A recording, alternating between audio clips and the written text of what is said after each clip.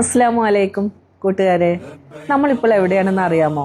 ദമാമിലെ തിരക്കുകളിൽ നിന്ന് 40 പേരോളം അടങ്ങുന്ന ഒരു സ്നേഹ സംഘം അള്ളാഹുവിന്റെ അതിഥികളായി പുറപ്പെടുകയാണ്. വെറും ഒരു യാത്രയല്ല കേട്ടോ ഇത്. കാലങ്ങൾക്ക് മുൻപ് ഇബ്രാഹിം നബി അലൈഹിസ്സലാം നടത്തിയ വിളംബരത്തിനുള്ള ഉത്തരമാണ് നമ്മൾ ഇന്ന് നൽകാൻ പോകുന്നത്. ലബ്ബൈക്ക് അല്ലാഹുമ്മ ലബ്ബൈക്ക്. അള്ളാഹുവെ, നിന്റെ വിളിക്ക് ഉത്തരം നൽകി ഞങ്ങൾ ഇതാ വന്നുകൊണ്ടിരിക്കുന്നു. അങ്ങനെ ഞങ്ങൾ യാത്ര തുടർന്നു. വഴിയിൽ നിന്ന് ഭക്ഷണവും കഴിച്ച് തായിഫിലെ മീക്കാത്ത് ലക്ഷ്യമാക്കി യാത്ര പുറപ്പെട്ടു. അവിടെ നിന്ന് മിഹ്റാം ചെയ്ത് പരിശുദ്ധ മക്കയിലേക്ക് പുറപ്പെട്ടു. മക്കയുടെ പരിശുദ്ധ ഭൂമിയിലേക്കുള്ള പുറപ്പെടൽ വല്ലാത്തൊരു അനുഭവം തന്നെയാണ്. അതിനുവേണ്ടി യാത്ര തിരിച്ചവർക്കൊക്കെ അറിയാം ആ ഒരു നിമിഷം എത്രത്തോളം നമ്മളെ മനസ്സിനെ വല്ലാതെ പിടിച്ചു കുലുക്കിയിട്ടുണ്ടാവുമെന്ന്.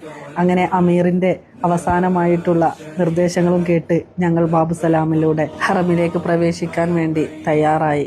ലബ്ബൈക്ക് എന്ന മന്ത്രത്തിന്റെ ധ്വനി ശരിക്കുമുള്ള ഒരു എനർജിയാണ് നൽകിയത്. ഇതാ നമ്മൾ അടുത്തെത്തിക്കൊണ്ടിരിക്കുന്നു. കണ്ണിനും കഴബക്കും ഇടയിലെ ഒരു മറയില്ലാതെ നേരിട്ട് കഴബ കാണുകയാണ്. ഏത് കഠിന ഹൃദയമുള്ളവന്റെയും നെഞ്ചൊന്ന് പിടയുന്ന ഒരു സമയമാണത്.